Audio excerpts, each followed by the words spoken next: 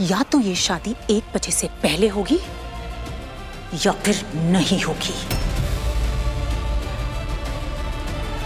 Aunty, आपको जो फैसला लेना है आप ले सकती, क्योंकि मैं मेरा फैसला ले चुकी।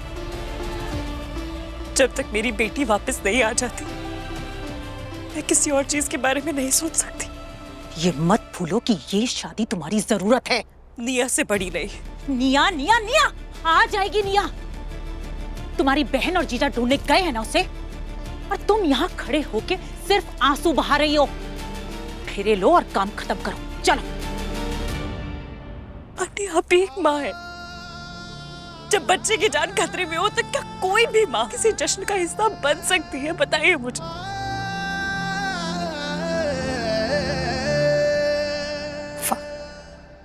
तुम्हारी ममता ममता और हमारी कुछ नहीं। तुम्हारी बेटी गायब हुई तो तुम्हें कितनी चिंता हो रही है, देखो। और हमारे बेटे का क्या? अगर आज ये शादी 1 बजे से पहले नहीं हुई ना राधिका, तो हमारे वीर की जान को खतरा है। उसका क्या? बोलो। उसकी जान की जरा सी भी परवाह नहीं है ना तुम्हें? या फिर तुम ठान कर आई हो कि उसकी जान लेनी ही लेनी है? Aunty please. एक अनाथ के लिए इतनी हमदर्दी क्यों? वो अनाथ नहीं है, वो मेरी बेटी है। मैं हूं उसकी मां। आइंदा से प्लीज मेरी बेटी के बारे में ऐसे शब्द इस्तेमाल मत कीजिएगा।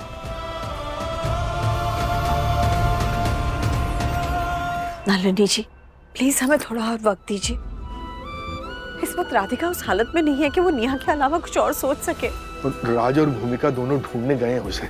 मुझे पूरा विश्वास है कि वो मिल जाएगी, और जैसे ही मिल जाती है हम रस्में दोबारा से शुरू कर लेंगे, मेरा वादा है।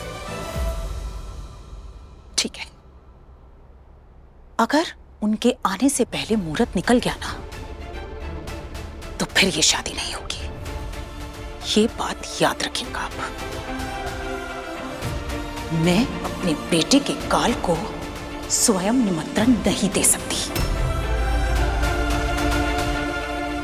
और हां, एक बात और, अगर मेरे बेटे पे जरा सी भी आंच आई ना, तो मैं यहां किसी को माफ नहीं करूंगी,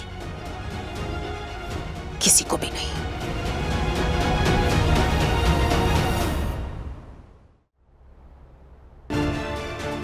और तुम जिस बच्ची के लिए तुम इतना परेशान हो रही हो ना, और मेरे बेटे की जान खतरे में डाल रही हो, देखा जाए तो उस बच्ची से तुम्हारा कोई रिश्ता नहीं है, जबकि वीर हमारा अपना बेटा है, हमारा खून है, हमारी जान है वो। उसके लिए तो हम यमराज से भी लड़ जाएंगे। तो तुम क्या चीज हो?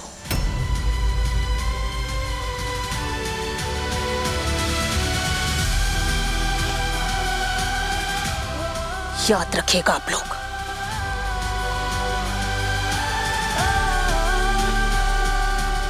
पापा, अपना फोन दीजिए।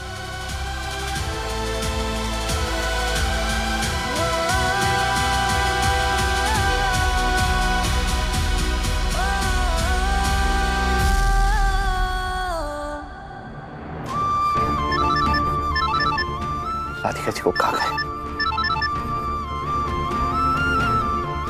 हेलो वीर, कहाँ है निया? कुछ पता चला? अभी हमारी भूमिका से बात हुई है, वो निया तक पहुंच नहीं वाली है। शायद से पहुंची गई होंगी, उन्हीं का कॉल आ रहा है। हम एक बार बात करके आपको सब कुछ बताते हैं। ठीक, आप टेंशन मत लीजिए।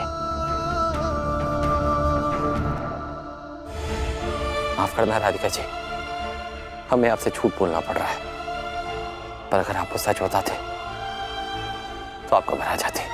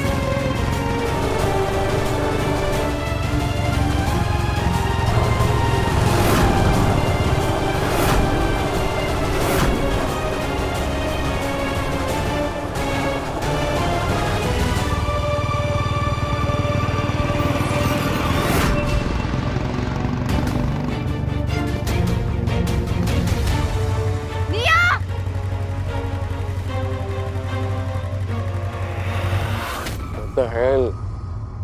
मम्मी ये लोग कहीं दिखाई नहीं दे रहे, कहीं चले गए क्या?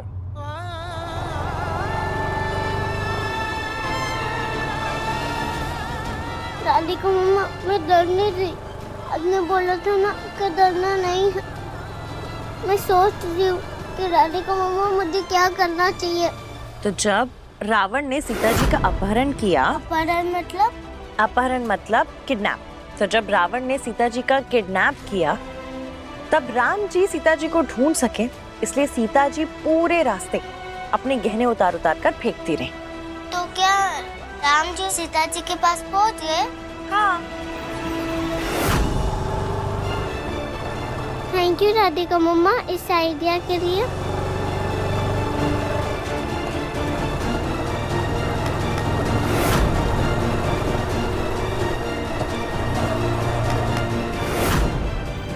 मम्मी ये लोग कहीं दिखाई नहीं दे रहे, अचानक से कहाँ गायब हो गए?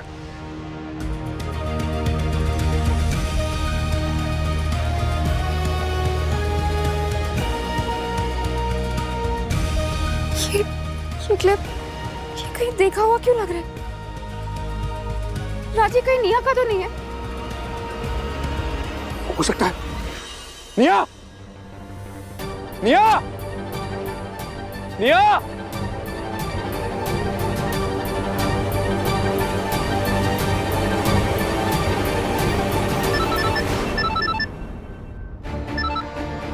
निया मिली का?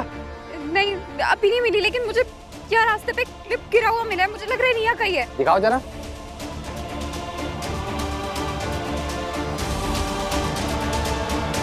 अरे जी निया के ही, हमको अच्छे से याद है। राधिका जी ने निया को जे मंदिर के बाहर से दिलाए थे। इसका मतलब निया ने जानबूझकर रास्ते पे ये फेंके होंगे ताकि हम उस तक पहुंच पाए। उसे पता है हम उसके पीछे आ रहे हैं, अभी उसने ये ट्रेल छोड़ा है हमारे लिए। निया हमका रास्ता दिखा रही है। निया हमका रास्ता दिखा रही है भूमिका। वाह राधिका जी, का सूझबूझ सिखाई है आप अपनी बच्ची को। डर के माहौल में भी वो हिम्मत दिखा रही है। राजी, हमारी बात ध्यान से सुनिए। जितनी भी गलियां हैं सब खंगाल लीजिए। जहाँ आपका क्लिप दिखे वो हमारे लिए कड़ी है। हम बता रहे हैं आपको, निया हमका अपनी तरफ का रास्ता दिखा रही है। आप बस उसका फॉलो करते रहिए और हमका अपडेट करते रहिए। आप तुम बेफिक्र हो वीर, हम तुमसे वादा करते हैं, हम निया को साथ लेके लौटेंगे। तुम बस राधिका जी का ख्याल रखो पापा, और टेंशन बिल्कुल मत लो। हम उनको संभालेंगे, आप हमको बराबर अपडेट देते रहिए।